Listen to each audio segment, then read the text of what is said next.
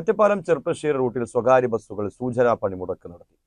ഇഴഞ്ഞു നീങ്ങുന്ന റോഡ് നിർമ്മാണം മൂലമുള്ള കടുത്ത യാത്രാ ദുരിതത്തിൽ പ്രതിഷേധിച്ചാണ് ഈ റൂട്ടിലോടുന്ന ബസ് സർവീസുകൾ പൂർണ്ണമായും സമരം നടത്തിയത്. പരിഹാരമുണ്ടായില്ലേൽ ഈ മാസം 27 മുതൽ അനിശ്ചിതകാല പണിമുടക്ക് നടത്താനാണ് ബസ് ഉടമകളുടെ തീരുമാനം.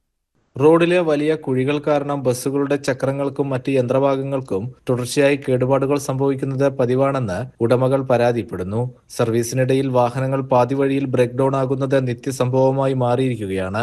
ഭീമമായ സാമ്പത്തിക നഷ്ടം സഹിച്ച് ഈ സർവീസ് മുന്നോട്ട് കൊണ്ടുപോകാൻ കഴിയില്ലെന്നാണ് ഉടമകളുടെയും തൊഴിലാളികളുടെയും നിലപാട്.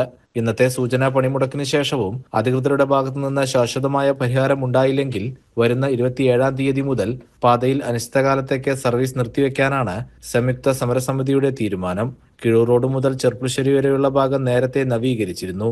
എന്നാൽ ഒറ്റപ്പാലം മുതൽ കിഴൂർ റോഡ് വരെയുള്ള ഭാഗത്തെ നിർമ്മാണ പ്രവർത്തനങ്ങളാണ് ഒച്ചഴിയും വേഗത്തിൽ തുടരുന്നത്. CCN ചെർപ്പുളശ്ശേരി.